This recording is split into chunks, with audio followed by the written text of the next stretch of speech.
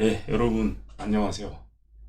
공빈배입니다. 네, 오늘은 지난 시간에 제가 좀 전립선 비대에 대해 시간에 쫓겨가지고 많이 자세한 설명을 빼먹은 것 같아요. 네, 그래서 그거에 대한 설명을 좀 더 보충하고, 그리고 이제 왕자 비결 요거에 대한 이야기도 조금 더 설명하면서 이제 세 번째 그 이야기를 읽어보도록 하겠습니다.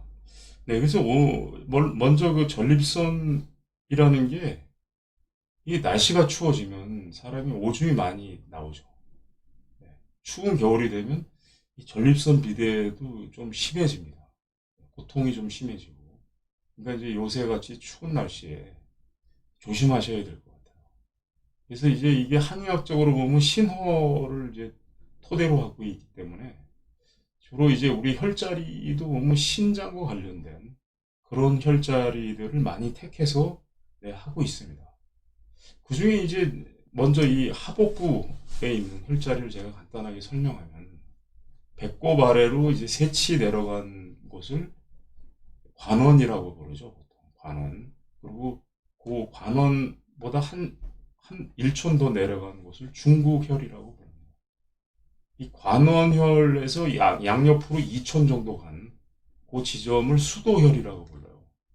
그래서 지금 제가 설명한 이 수도혈과 관원혈과 중국혈, 요 세 곳을 이렇게 이제 손바닥을 아랫배에 대고 이렇게 문질러 주는 거죠. 따뜻하게 문질러 주든지, 아니면 이제 핫팩 같은 거 있죠. 핫팩, 뜨뜻한 핫팩을 이제 여러분들이 구하셔가지고 그 아랫배를 좀 따뜻하게 해주면, 몸이 차서 고생하시는 분들 좋고, 이 전립선 이 비대에도 좋습니다. 소변이 불통한 경우에도 침을 그곳에 넣으면 이제 소변이 잘 나와요. 근데 이제 일반인들은 사실 그 아랫배에다 침을 잘못 넣으면 큰일 나죠, 여러분. 조심하셔야 됩니다. 여기 보면 이 복부에 장이 있고 방광 같은 것이 있기 때문에, 특히 또 전립선이 부은 분들은 방광이, 이 소변이 꽉 차 있어요. 그러니까 그때 거기다 침을 잘못 넣으면은 사고가 납니다. 대형 사고가. 그러니까 항상 침은 한의원에 가셔가지고 맞으셔야 할 것 같습니다. 그리고 이제 이 등 쪽에 보면은 이제 이 요추라고 하는 게 있어요. 네. 요추를 이제 L1부터 이제 L5까지 우리가 흔히 부르는데, 이 L2 아래, 두 번째 요추 아래하고 이게 두 번째와 세 번째 요추 사이죠. 요 지점을 이제 명문혈이라고 부릅니다, 우리가. 그래서 명문혈은 대충 어디에 있냐면, 이 배꼽하고 이렇게 대칭되는 곳에 있어요. 배꼽을 등 뒤로 돌아가가지고 쭉 이렇게 하다 보면 딱 척추에 닿는 것이 명문혈입니다. 그 명문혈을 중심으로 이 양옆으로 1.5촌 가게 되면 신유라는 혈이 있습니다. 신유. 그리고 거기서 또 1.5촌 또 이렇게 가면, 그러니까 3촌이죠. 척추에서 3촌 정도 가고 이쪽 3촌으로 가면 양옆에 지실이라는 혈이 있습니다. 그러니까 명문, 신유, 지실.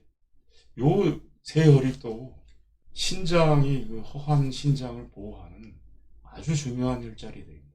그래서 보면 옛날 우리 이제 조상님들도 이제 무슨 치료를 많이 했냐면, 이 손바닥을 가지고 등을 이렇게 마사지하는 거 있죠. 이렇게 팔방근이라고 하는 그 체조에도 나와요. 이런 것들이. 그래서 이 등을 이렇게 마사지 해주는데, 이 허리 아픈 게 풀릴 정도로, 허리가 이제 좀 기분이 좋아질 때까지 이렇게 마사지를 해주는 거죠. 이 하복부의 그 차가운 것을 마사지해주고, 등을 마사지해주는. 여기서 중요한 게 이제 배꼽 라인과 배꼽 아래에 있는 관원 중국 그 라인, 그쪽을 마사지 해주게 되면은 전립선으로 고생하시는 분이라든지, 또는 그 외에 이제 신장이 허해서 생기는 많은 그런 문제를 예방해 줄 수가 있습니다. 이건 틈틈이 시간 날 때마다 해주시면 좋을 것 같아요. 그리고 좀 심하신 분은 이제 한의원에 가셔가지고 침이나 뜸을 맞는 게 좋습니다. 이제 집안에서 보면, 제가 이제 그 미국에 있을 때 이 뜸을 많이 맞는 분이 있더라고요. 이 치료비가 워낙 병원 치료비가 비싸니까 병원에 못 가고 뜸을 구해서 이제 집에서 미국 우리 교포들이 보면 이렇게 그 뜸을 뜨는데, 근데 이제 당뇨가 있는 분은 뜸을 뜨시면 굉장히 위험합니다. 왜 그러냐면 당뇨병에 걸리게 되면 상처가 잘 안 나요. 몸에 상처들이. 근데 이제 뜸이라는 게 우리 몸에 상처를 내는 거잖아요. 그러다 보면 화상을 입게 되면 잘 안 났습니다. 그러니까 이제 당뇨가 계신 분은 절대 본인이 뜸을 뜨시면 안 돼요. 간접고라고 하더라도 이 물집이 생길 수 있으니까 이 전문 어떤 한의 이런 데 가가지고 뜸 같은 것도 받으시기 바랍니다. 그 다음에 이제 그 왕자 비결, 척추, 허리 요통 이런 거가 있을 때 이제 왕자 비결에 대한 이야기를 했는데, 그 왕자 비결은 간단해요. 그냥 그 허리의 그 척추를 중심으로 아픈 부분, 압통점이 제일 심한 부분을 중심으로 해서 9개의 침을 이렇게 왕자 모양으로 놓는 겁니다. 9개의 침을 3개는 척추에 놓고 그 3개는 척추에서 1.5천 떨어진 방광 제1 라인에다가 딱 침을 놔요. 이렇게. 그래서 왕자 모양으로 침을 딱 놓고, 그리고 이제 증세가 더 심한 분은 침을 뺀 다음에 그 왕자 모양의 9곳에다 다시 뜸을 또 3장씩 뜹니다. 네, 이렇게 해가지고 꾸준히 치료를 받으시면 뭐 웬만한 허리병은 한 서너 번 받으면 많이 좋아지고, 근데 이제 서너 번 받아서 많이 좋아졌다 그래서 멈추면 다시 재발합니다. 그러니까 이제 굉장히 그 한 3개월 정도는 꾸준히 치료를 받으시는 게 좋아요. 그러면은 더 이상 이제 허리 고통에서 해방되는 그런 거를 체험할 수 있습니다. 근데 이제 이 침이라는 게 허리에 침 잘못 넣으면 또 큰일 나죠. 허리 뼈에는 그 신경 라인이 지나가기 때문에 이것도 여러분들이 절대 집에서 이 면허 허가가 없는 이런 분들한테 받으시면 안 될 것 같아요. 제가 볼 때는 한의원에 가셔서 허리 아플 때 치료 받으시면 될 것 같습니다.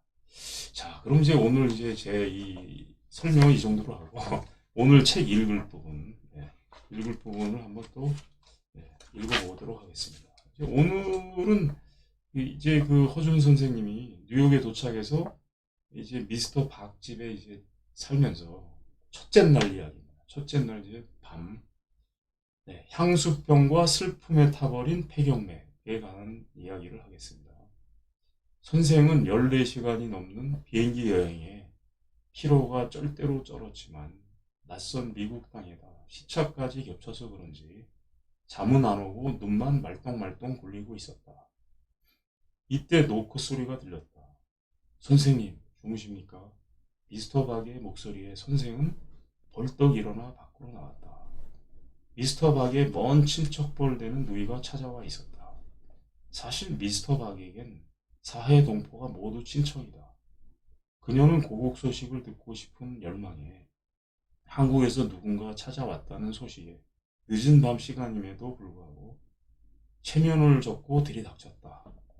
아침 7시에 집을 나가 밤 9시는 되어야 일이 끝나는 고달픈 이민 생활에 체면을 따지다간 고국 소식은 영영 물 건너 갈 것이 아닌가. 미스터 박의 누이는 얼굴이 유별나게 새카맸다. 그 얼굴을 보는 순간 선생은 의사의 본능이 발동하였다. 반가움에 손을 내미는 미스터 박 누이의 손을 쥐고 진맥해도 되겠습니까? 라고 정중하게 물었다. 물론 미스터 박의 누이는 선생의 2번째 뉴욕 환자가 되었다. 그녀는 얼굴과 팔이 새카맣게 변해가는 괴상한 병을 앓고 있었다. 원인 불명의 불치병으로 진단받은 그녀는 치료를 포기하고 있었다.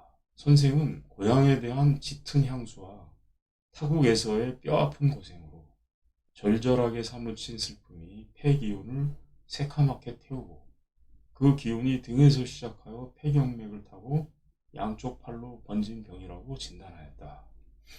폐유혈을 중심으로 침과 뜸으로 열심히 치료하시던 선생은 나날이 차도가 보임에도 불구하고 치료를 중단하였다. 선생님, 아직도 이렇게 얼굴이 시커먼데 그만두시면 어떻게 해요? 계속 치료해달라는 환자의 요청에도 불구하고 선생은 빙그레 웃으며 말한다. 당분간 쉬고 고향이나 구경하고 오시게. 그 후 그녀는 선생의 조언도 잊고 하여 큰맘 먹고 한국을 방문하였다. 고향을 방문하고 돌아온 그녀의 얼굴은 놀랍게도 검은 태를 완전히 벗고 광채가 흘러 넘쳤다. 그녀의 변한 얼굴에 놀라 모래알도 탄성을 지르고 말았다. 고국의 물이 정말 좋긴 좋구나. 그러나 중간에 치료를 중단하고 한국을 방문하라던 선생의 말이 떠올랐다. 선생님, 잘 나아가던 치료를 그때 왜 중단하신 거죠? 그녀의 병은 무너진 폐이온과 고향에 대한 그리움이 반반씩 섞여서 생긴 것이야. 침과 뜸으로 무너진 폐이온을 회복시켰으니 남은 것은 고향을 방문하면 되지 않겠느냐. 선생은 환하게 빛나는 미스터 박 누이의 얼굴을 보며 잔잔한 미소를 짓는다. 한 가지 유감스러운 사실은 지금까지도 미스터 박의 누이는 고국의 물이 좋아서 자신의 병이 나았다고 믿고 있다는 점이다. 무려 6개월이나 뜸 연기를 맡으며 눈물을 흘린 선생의 노고는 이미 다 잊은 것 같았다. 네, 오늘은 여기까지 읽도록 하겠습니다. 네, 즐거웠는지 모르겠습니다. 다음에 또 읽도록 하겠습니다. 네, 감사합니다.